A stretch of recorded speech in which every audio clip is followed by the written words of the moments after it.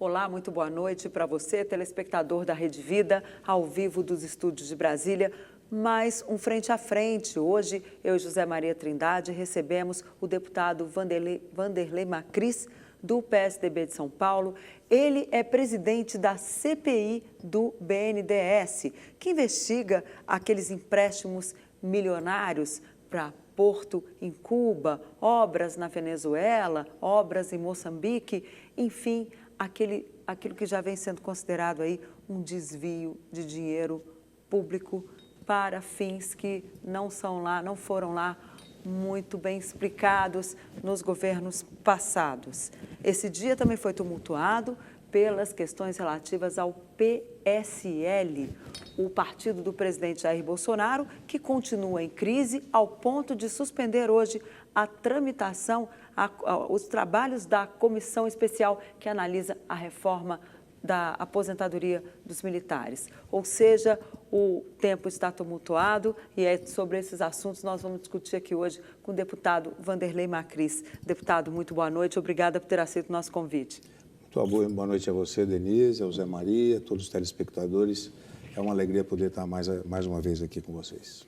E nós aqui, né, Zé Maria, nesse dia quente e tumultuado em Brasília, né? Pois é, olha, essa história aí desta implosão do PSL, a posição nova do presidente Jair Bolsonaro está dando o que falar. Possibilidade de criação de um novo partido, tendo como base o PRB. Esta é a disputa do momento. A conversa hoje aqui nessa mesa redonda vai ser muito boa. O deputado Wanderley Macris é um experiente da política. Foi vereador, subiu a escadinha direitinho, foi vereador 7 mandatos como deputado estadual em São Paulo, foi presidente da Assembleia Legislativa do Estado de São Paulo, está há 4 mandatos aqui como deputado federal. O senhor é pai, inclusive, do presidente, né, da Assembleia Legislativa de São Paulo, Cauê Macris. Olha, deputado, nós estamos aqui acompanhando exatamente a CPI do BNDES, investigou ali a fundo, foi aos Estados Unidos, pegou detalhes dos empréstimos do BNDES e viu que a situação é muito profunda. Dívidas não pagas porque os empréstimos foram mal feitos. Deputado, o que há de mais grave aí nesta lambança que fizeram no BNDES? José Maria, claro que um pequeno histórico merece ser feito aí. Por que essa CPI foi apresentada? Eu fui autor dela, apresentei porque senti a necessidade de uma explicação para a sociedade brasileira do que aconteceu num período aí, 2003 até 2015, com os contratos internacionais feitos pelo governo de então, do PT, sob a presença de Lula e Dilma, e foram mal explicados. Nós tivemos 2 CPIs, uma na Câmara e no Senado, legislatura passada, e nenhuma delas deu resultado. Essa é a terceira. Essa é a terceira CPI. Pois bem, quando eu vi isso, eu falei, poxa, nessa nova legislatura não é possível a gente deixar, num momento tão importante da vida do país, deixar passar em branco uma investigação mais aprofundada nessa questão do BNDES. E por que isso foi feito? Porque a Lava Jato conseguiu se articular e mostrar claramente que existia um plano, né, olhando o Brasil de cima, um plano previamente organizado para assaltar dinheiro público, né? E a Petrobras foi o primeiro grande movimento feito por esse time, né, que estava a fim de se articular com grandes empresas, os tais campeões nacionais, né, para poder assaltar dinheiro público. Petrobras está aí, Lava Jato, todos nós conhecemos, né? E o BNDES foi, de alguma maneira, preservado, porque o objetivo dessas grandes empresas era terminar essa coisa toda, ninguém acreditava que ia dar no que deu, etc. e tal, e depois se utilizar novamente de recursos do BNDES. Então, o BNDES foi meio que preservado, esses contratos internacionais feitos. Pois bem, foi aí que nós entramos fortemente numa proposta aprovada aí por mais de 200 deputados, e que hoje está finalizando o seu trabalho. Os senhores estão lá 3 dias, né, tentando aprovar o relatório. Há 3 dias tentando aprovar. Ficou para amanhã. Pois é, ficou para amanhã. Senão, na terça-feira, nós pretendemos, no final da fase de votação, tentar aprovar esse relatório. O que está muito difícil, viu, Zé Maria? Muito difícil. Por quê? Qual é Por a quê? principal Porque nós dificuldade? conseguimos, Denise, aprofundar de tal maneira essa investigação que nós temos um volume de documentos tal qual a CPI dos Correios. Quem participou das duas diz isso claramente. Nós temos um salão de documentos solicitados do Tribunal de Contas, do próprio BNDES, de delações premiadas que foram feitas. Nós temos todos esses documentos sigilosos lá na CPI para poder viabilizar um resultado final. E o mais interessante é que nós chegamos à conclusão de que tem, na verdade, um grande mapeamento, como esses mesmos atores da Lava Jato atuaram também no BNDES, principalmente Odebrecht e JBS. E os doleiros? Doleiros todos estavam envolvidos nisso Também e foram no BNDES. ouvidos também no BNDES, claro. E aí nós descobrimos, e com todas as informações que nós tomamos, nós chegamos à conclusão que houve um planejamento antecipado para poder viabilizar esses contratos internacionais com Cuba, Venezuela, com Moçambique, com Angola e esses países todos aí que foram objeto da nossa investigação. Ou seja, foco, contratos internacionais do BNDES. E aí se formou um grande planejamento que tinha um grupo político, né, que tinha um grupo externo.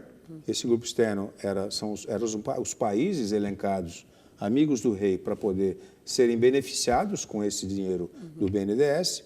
O núcleo estratégico, né, que era composto pela Camex, pela Cofig, etc. e tal. E também o núcleo econômico e o núcleo operacional. O núcleo econômico era das grandes empresas e o núcleo operacional o próprio BNDES. Então, a gente conseguiu montar esse tabuleiro e chegar a conclusões incríveis, né? Coisas assim, de 20 bilhões de prejuízo numa negociação feita pela JBS com a Bertin, por exemplo. Né?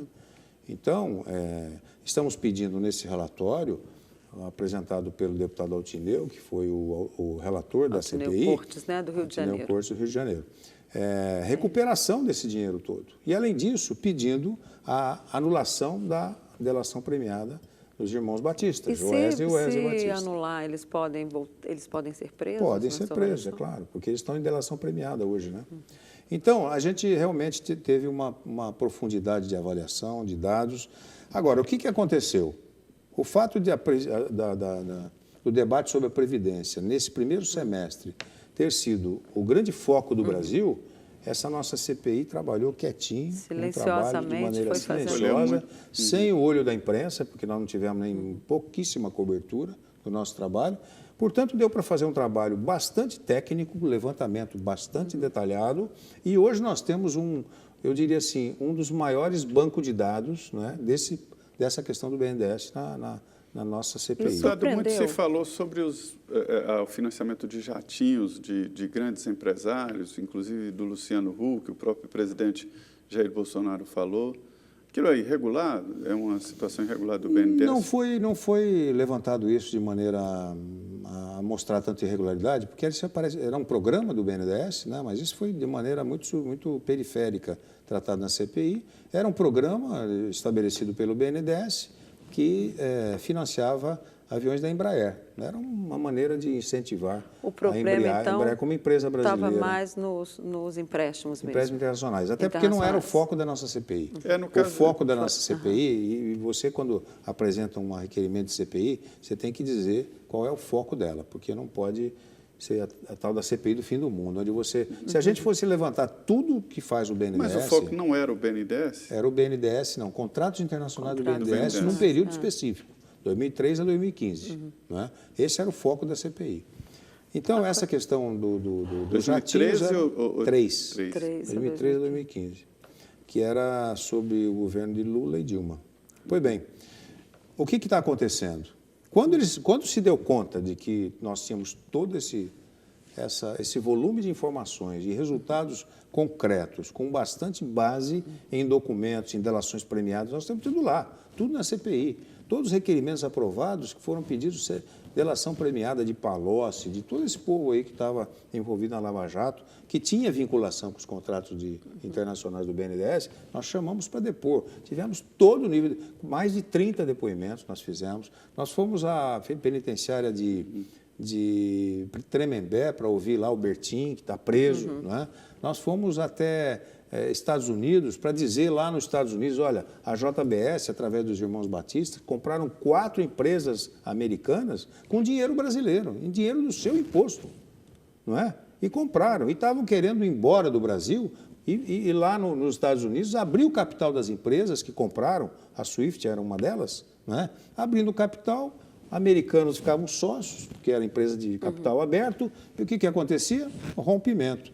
A banda podre ficava com o Brasil, dívida, etc., e toda a coisa, e lá nos Estados Unidos eles ficavam tranquilos, proprietário de uma empresa americana, praticamente, grande, e sem grandes dificuldades. 4 grandes empresas. 4 grandes empresas. Na área de produção de proteína animal. Proteína animal. Então, quando perceberam isso, aí começou um movimento. Esse pessoal tem muita força, não é? A JBS, o Debrecht. E aí, o que é que está acontecendo lá? E o grande drama que nós estamos vivendo hoje, nossa CPI termina terça-feira, próxima terça-feira, não é?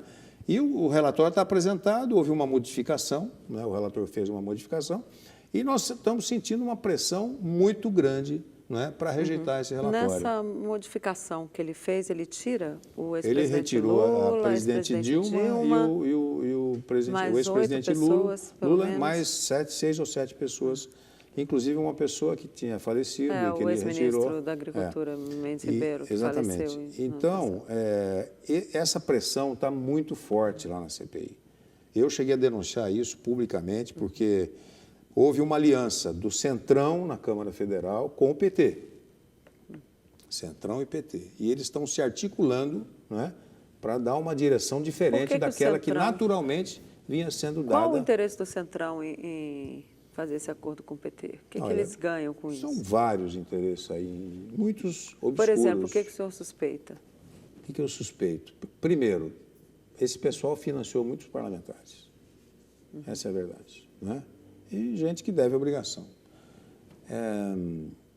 Por mais que se diga não, há um interesse ainda muito latente de partidos que são fiéis a governos Lula e Dilma, não é?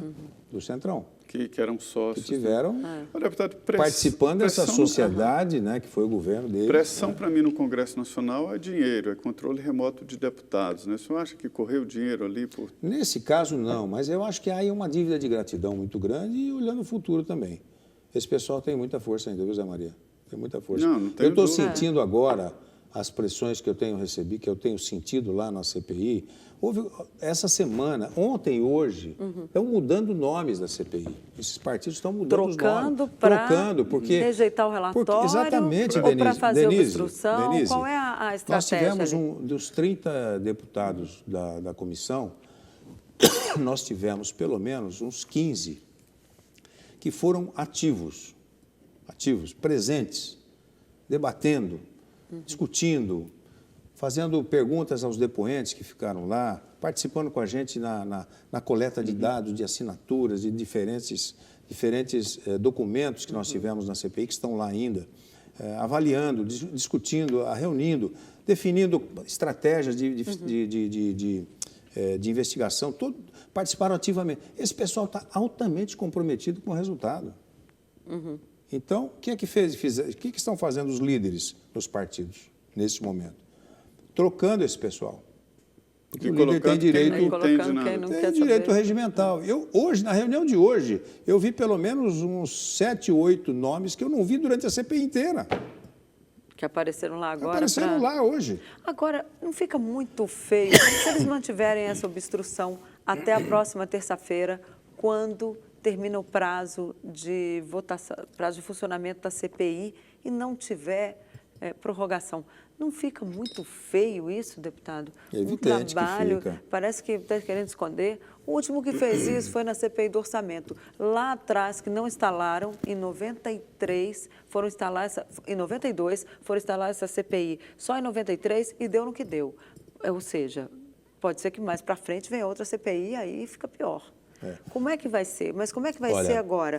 O Rodrigo Maia deu alguma esperança de ampliar esse prazo de funcionamento para ter aí mais uns dias, pelo menos, para tentar votar o relatório? Denise, nós temos 2 CPIs em funcionamento na casa hoje.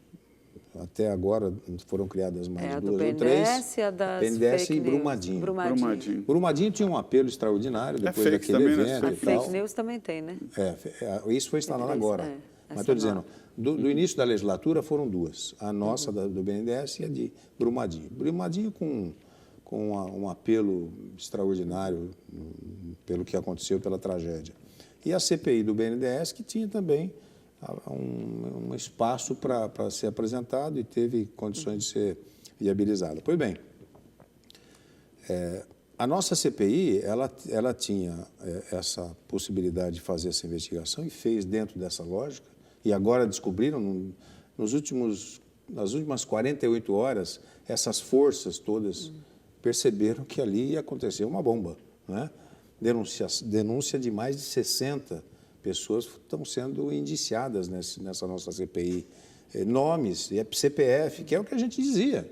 Está faltando dar nome CPF dessa caixa preta aí. E nós estamos dando nessa CPI. Pois era, o senhor fala em caixa preta, sempre se fala caixa preta do BNDES, o próprio presidente Jair Bolsonaro trocou o presidente do BNDES por conta de não abrir a caixa preta. Eu fico imaginando todo esse volume de dinheiro. Para se ter uma ideia, a dívida beira 3 bilhões de reais, uma dívida que não será paga. É dívida de Cuba, de Venezuela, de Moçambique, né? E vários países que não vão pagar, né? E ninguém vai colocar já não esses estão 3 pagando. bilhões, já não estão pagando. Esse dinheiro, no mercado, faria um bem danado para a economia. Zé Maria, nós tivemos esses contratos, tem dados, informações, detalhes. Foram feitos em época em que o Brasil precisava de uma injeção de recursos na economia, como esse que você está dizendo, capaz de poder alavancar a economia brasileira. As médias empresas. Claro, né? Evidente. E estavam aí, fazendo essa malandragem toda para poder, essa lambança, eu diria, com dinheiro público, né? Com acordos, né? Claramente definidos. Como é que era o processo? Emílio Odebrecht, onde que eles ganhavam dinheiro? O seu Emílio Odebrecht esteve depondo na nossa CPI. Ele foi chamado e foi depor, né? E ali ficou muito claro o que ele fazia, quer dizer, como é que eram as transações e tal. O Palocci fez um depoimento secreto, sigiloso na nossa CPI, porque ele estava sob delação premiada e o ministro Fachin não deixou ele dar depoimento aberto. Então, foi um depoimento só para os membros da comissão. Mas nós vimos ali, ele contou detalhes, como é que era. E no momento em que ele dizia, eu me insurgi contra dar dinheiro, não sei para que região, para que país, o presidente Lula simplesmente disse, olha, então quem vai cuidar disso não é mais você, vai ser o Guido Mantega que vai cuidar daqui para frente. Então, eram coisas desse tipo, a gente tem todos esses detalhes. Agora, o Rodrigo Maia deu alguma esperança de prorrogar? Bom, afinal, voltando um pouco nesse assunto, é verdade. Como nós vamos terminar na terça-feira o prazo da CPI, eu apresentei ontem um requerimento de prorrogação por mais 30 dias. O presidente Rodrigo Maia já deu uma prorrogação para Brumadinho, 2 prorrogações, 120 dias cada CPI. A minha 120 e Brumadinho 120. Nós terminamos 120 dias, ele deu uma prorrogação de 30. Lá em Brumadinho, terminou 120 e deu uma prorrogação de 60. E agora deu mais uma de 30. Então, não há por que ele deixar de dar essa prorrogação também, até para ser coerente, também para a nossa... Isonômico, né? Tratamento isonômico. Terça-feira... Então, na terça-feira vence. Então, hoje eu fiz uma questão de ordem no plenário, dizendo, inclusive, a necessidade para o presidente Rodrigo Maia de que ele dê, se não 30, pelo menos mais 2 semanas para a gente terminar esse relatório, apresentar e votar, né? E nós temos algumas alternativas. Ou aprovamos o relatório do deputado Altíneo da forma como ele apresentou. Sem os nomes de Lula e Dilma. E mais outros 6, né? Ou apresentamos um relatório paralelo, né? Sim. Rejeitando esse primeiro e apresentar um outro. Com os nomes de Dilma. Reincluindo novamente os 11, nomes, né? São 11 no total. Não, acho que, eu não sei, são 11. Acho que 7. Acho que são 7, se eu não me engano. Pois bem. A segunda alternativa é votar. A terceira alternativa é não ter relatório nenhum. Não ter relatório nenhum. Nesse caso, o senhor enviaria os documentos ao Ministério? Mas eu não tenho dúvida. Eu não posso, sob pena de eu estar agindo de maneira prevaricando, não é? saber de tudo que eu tenho em mãos como parlamentar, levantados nessa CPI e deixar lá arquivado numa gaveta. Eu vou levar ao Ministério Público, eu vou levar a Polícia Federal, eu vou levar a Procuradoria-Geral da República, eu vou tomar essa iniciativa pessoalmente, não vou mais nem como presidente da CPI. Se aconteceu o Tendo pior. ou não tendo... Tendo ou não tendo, o Ministério Público vai receber esses documentos e vai tomar providência, porque... E não sou só eu, não. Nós temos um grupo de parlamentares dentro da CPI altamente comprometido com essa investigação. E iremos todos nós, apesar de tudo, apesar de... Eu espero que não, viu, Zé Maria? A gente vai ter, se Deus quiser, vai ter aprovação desse requerimento. Agora, se essas forças ocultas, né, que estão agindo a partir desde ontem e hoje aqui na nossa CPI atuarem, né, eu vou sair denunciando, né, como já estou começando a fazer, porque já estou sentindo que essas forças começaram a agir de maneira muito pesada, trocando deputados. Gente, eu vi 7, 8 deputados que eu disse, eu vou repetir, aqui na comissão hoje, à tarde, lá na Câmara Federal, que eu não vi durante o tempo inteiro de 6 meses de investigação que nós fizemos. Então, eu espero que a gente possa dar a resposta que eu prometi para a sociedade brasileira nos contratos internacionais feitos nessa época. São as forças ocultas daqui de Brasília, poderosas. O Jânio Quadros tinha razão, as forças ocultas agem para valer. Né? Agem muito pesadamente. Nós estamos aqui nos estúdios da Rede Vida, diretamente de Brasília, falando com o presidente da CPI do BNDES, da Câmara dos Deputados. É a terceira CPI instalada para investigar esses empréstimos do BNDES. E é a tal caixa preta que ainda resta na República. Nós vamos agora ao intervalo, 2 minutos, estaremos de volta aqui no Frente a Frente.